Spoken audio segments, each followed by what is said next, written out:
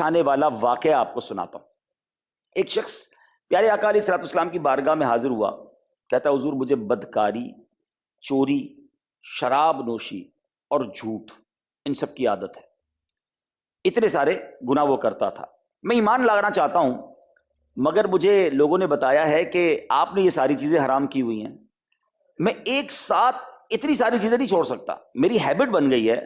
ईमान भी लाना चाहता हूं मगर एक बुराई छोड़ दूंगा। आप इन 4-5 मेरी बुरी आदतों में से किसी एक बुराई के बारे में फरमा दे, वो छोड़ दूंगा, बाकी जिंदगी में इतनी सारी चीजें नहीं छोड़ सकता।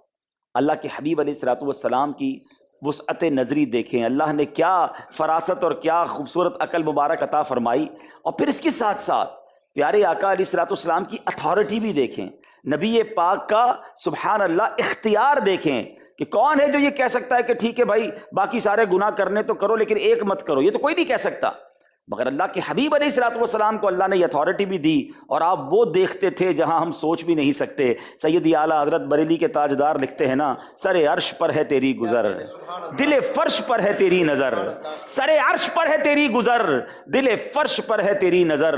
मलकूत तो मुल्क में कोई शय नहीं वो जो तुझ पे आया नहीं। तो अल्लाह के हबीब की नजर वहां तक पहुंचती है। तो अल्लाह के हबीब अलैहिस्सलाम ने यकीनन ये नहीं फरमाया कि तुम बाकी गुनाह करते रहो, लेकिन चूंकि उसने कहा एक बुराई छोड़ दूंगा, तो नबी पाक अलैहिस्सलाम ने फरमाया कि तुम झूठ को तर्क कर दो। कहता बस कजी बस झूठ को तर्क कर दो। वो बंदा कलमा पढ़कर मुसलमान हो गया। उसके लिए इस्लाम बड़ा आसान हो गया कि एक ही गुनाह नहीं करना है।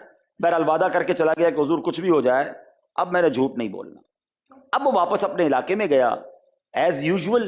उसका जब वक्त हुआ शराब पीने का, तो शराब खाने पहुंचा तो उसे ख्याल आया कि शराब पी तो लूंगा, लेकिन जब रात नबी पाक की बारगाह में हाजिर होऊंगा और अल्लाह के हबीब अलैहिस्सलाम ने पूछ लिया कि क्या क्या किया, तो झूठ तो बोलना नहीं है, मुझे बताना पड़ेगा मैंने शराब पी है। और शराब पी है तो फिर अल्लाह के हबीब नाराज भी होंगे और हो सकता है मुझे इस्लामी जो सजा है शराब पीने की वो भी उठानी पड़े। तो वो शराब से बच गया। अब बदकारी की आदत थी, बदकारी करने गया, फिर ख्याल आया कि बदकारी कर तो लूंगा, लेकिन जब अल्लाह के हबीब अलैहिस्सलाम ने पूछा बताओ दिन कैसा गुजरा, तो झूठ तो बोलना नहीं है, मुझे बताना पड़ेगा कि मैंने ये काम किया है। तो वो बदकारी से भी रुक गया। इसी तरह मेरे बीच इस्लामी भाई चोर भी था, वो चोरी के इरादे से निकला कि चलो बदकारी भी रह गई, शराब भी छूट गई, अब चोरी करने चलता हूं। चोरी करने गया, फिर वही ख्याल आया कि अगर चोरी कर ली और नबी पाक की बारगाह में शाम हाजिर हुआ तो प्यारे आका ने क्वेश्चन करना है, तो मेरे पास तो जवाब ही नहीं होगा, और जवाब अगर दे दिया तो चोर की तो हाथ काटे जाते हैं। अब वो रात नबी पाक अलैहिस्सलाम की बारगाह में हाजिर हुआ और अर्ज करता है हुजूर मेरी जान आप पर फिदा हो, आपने मुझे झूठ से रोककर कितना अच्छा काम किया है कि जब मैं झूठ से बचा तो मुझ पर गुनाहों के सारे दरवाजे बंद हो गए। यानी ये वो वाकया है, सुभान अल्लाह, ये वो वाकया है जो हमें बहुत सारे दर्स देता है। पहली बात जो इसे सीखने को मिलती है कि इस्लाम कितना नरमी का दर्स देता है, इस्लाम कितनी मोहब्बत का दर्स देता है। यह भी अंदाज हो सकता था कि बेशरम आदमी इतने सारे गुनाह करता है और कहता है एक गुनाह छोड़ूंगा, तुम्हें तो पहले मारना चाहिए।